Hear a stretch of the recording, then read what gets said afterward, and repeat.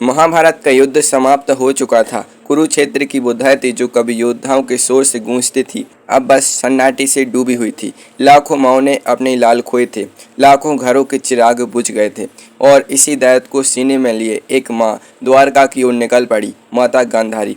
जब वो द्वार पर पहुंची तो प्रभु श्री कृष्ण खुद उनके स्वागत के लिए आगे आए।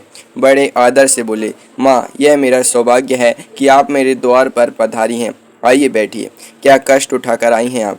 माता गांधारी कुछ पल रुकी, फिर धीरे से बोली, वासुदेव, मुझे तुमसे कुछ पूछना है, पर पहले वचन दो कि जो मैं पूछूं सच बताओगे। प्रभु मुस्कुराए और बोले, माँ, जो मुझे ज्ञात होगा अवश्य बताऊंगा। गांधारी हल्के से हंसी। तुम्हें किस बात का ज्ञात नहीं है मधुसूदन? तुम अंतर्यामी ना होते तो मैं यहाँ आती ही क्यों? प्रभु ने हाथ जोड़े और कहा, पूछे माँ, प्रतीक्षा किस बात की? माता गांधारी की आंखें भर आईं। बोली, वासुदेव, मैं कुंती की आंखों में उमड़ते आंसुओं का भेद जानना चाहती हूँ। आज उसने अपने उन आंसुओं को माँ का पगला हुआ हर्ष बताया, पर मैं माँ ही हूँ। मैं जानती हूँ वो आंसू खुशी के नहीं थे, उसमें कोई दर्द था, कोई राज था। वो दुख क्या है वासुदेव? प्रभु श्री कृष्ण एक पल के लिए मौन हो गए, फिर बोले, माँ, दुख तो जीवन में उसी तरह रहता है जैसे सूरज के साथ किरण और चंद्रमा के साथ चांदनी रहती हैं। दुख और जीवन दोनों एक ही बंधन के दो नाम हैं। जब तक सांस है दुख रहेगा। इससे छुटकारा तभी मिलता है जब जीवन से ही छुटकारा मिल जाए। गांधारी की आवाज़ में करुणा थी, पर उसे क्या दुख है वासुदेव? यदि ये आंसू मेरी आंखों में होते तो कोई आश्चर्य न होता। मैंने तो एक एक करके अपने 100 पुत्रों को खोया है। मेरा सारा जीवन आंसुओं में डूब चुका है। पर कुंती ने क्या खोया? संसार जानता है, उसके 5 पुत्र थे और 5 जीवित हैं। तो फिर उसकी आंखों में वो दर्द कहाँ से आया? प्रभु श्री कृष्ण बोले, माँ, संसार यह जानता है कि उसके 5 पुत्र थे, क्योंकि संसार यही समझता है। पर क्या जो संसार समझता है वही हमेशा सत्य होता है? गांधारी चौंकी, तो सत्य क्या है मधुसूदन? प्रभु ने गहरी सांस ली और बोले, सत्य यह है माँ, कुंती के 5 नहीं 6 पुत्र थे। द्वारका की हवा जैसे एक पल के लिए रुक गई। माता गांधारी के पैरों तले जमीन खिसक गई। कांपते होंठों से बोली, नहीं, यह कदापि नहीं हो सकता। प्रभु बोले, माँ, यदि ऐसा ना होता तो आपको उनके आंसुओं में अंगारों जैसी गर्मी का अनुभव क्यों होता?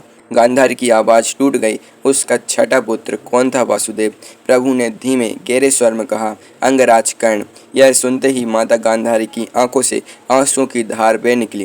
कर्ण 5 पांडवों का ज्येष्ठ भ्राता, जिसका जन्म कुंती के विवाह से पूर्व सूर्यदेव के वरदान से हुआ था। पर कुंवारी माँ का कलंक न सहना पड़े, इस डर से कुंती ने उसे गंगा की धारा में बहा दिया था। और यह राज, यह भारी दर्दनाक राज, वो जीवन भर अपने सीने में दफन करे बैठी रही। गांधारी रोते हुए बोली, हमारा कर्ण कुंती पुत्र था तो उसने बताया क्यों नहीं वासुदेव? यदि वो केवल मुझे ही बता देती, बस मुझे, तो ईश्वर की सौगंध, यह युद्ध न होता, यह महाभारत न होता। प्रभु श्री कृष्ण थोड़ी देर मौन रहे, फिर बोले, माँ, लोग इस यदि शब्द का प्रयोग बड़ी आसानी से करते हैं। यदि ऐसा होता, यदि वो ना होता, पर यह यदि जितना हल्का लगता है उतना होता नहीं। इसके हाथ इतने छोटे हैं कि यह भाग्य के लेख और नियति के निर्णय तक पहुंच भी नहीं सकता। उन्हें बदलना तो बहुत दूर की बात। नियति ने यह पहले ही तय कर लिया था, माँ, महाभारत होगा, इसलिए कोई भी यदि इसे नहीं रोक सकता था। गांधारी ने आंखें पोंछी और धीरे से कहा, तुम सही कह रहे हो वासुदेव, जो होना था वो हुआ, नियति को कोई नहीं टाल सकता। प्रभु ने माता गांधारी को देखा और बोले, माँ, सुख और दुख सर्दी और गर्मी की तरह हैं। जैसी मौसम बदलते हैं वैसे ही जीवन में सुख दुख आते जाते रहते हैं। इनसे घबराना नहीं, इन्हें सहना सीखिए। जिसने गलत इच्छाओं और लालच का त्याग कर दिया, शांति केवल उसी को मिलती है। इस सृष्टि में कोई इच्छाओं से पूरी तरह मुक्त नहीं हो सकता, पर बुरी इच्छाओं को छोड़ा जरूर जा सकता है। आज दुख है तो कल सुख भी आएगा। यह कर्म का चक्र ऐसे ही चलता रहता है। बस अपना कर्म करते रहिए, यही आपके हाथ में है। माता गांधारी ने आंखें मूंदी। मन में एक अजीब सी शांति उतरी, जैसे बरसों का बोझ थोड़ा हल्का हो गया हो। और यह थी वो बात जो संसार नहीं जानता था। कुंती के वो आंसू जो सिर्फ माँ का दर्द नहीं थे, वो एक ऐसी माँ का दर्द थे जिसने अपने ही पहले बेटे को अपना कहने का हक खो दिया था, जो जीवन भर उसे दूर से देखती रही और कुछ न कर सकी। इस कथा से हमें यही सीखना है, बीती बातों पर बैठकर मत रोइए। यदि ऐसा होता, इस जाल में मत फंसिए। जो हो गया, आगे बढ़िए।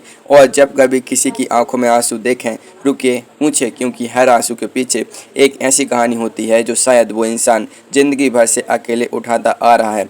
दूसरों के दर्द को कभी हल्के में मत लीजिए, यह सबसे बड़ा पाप है।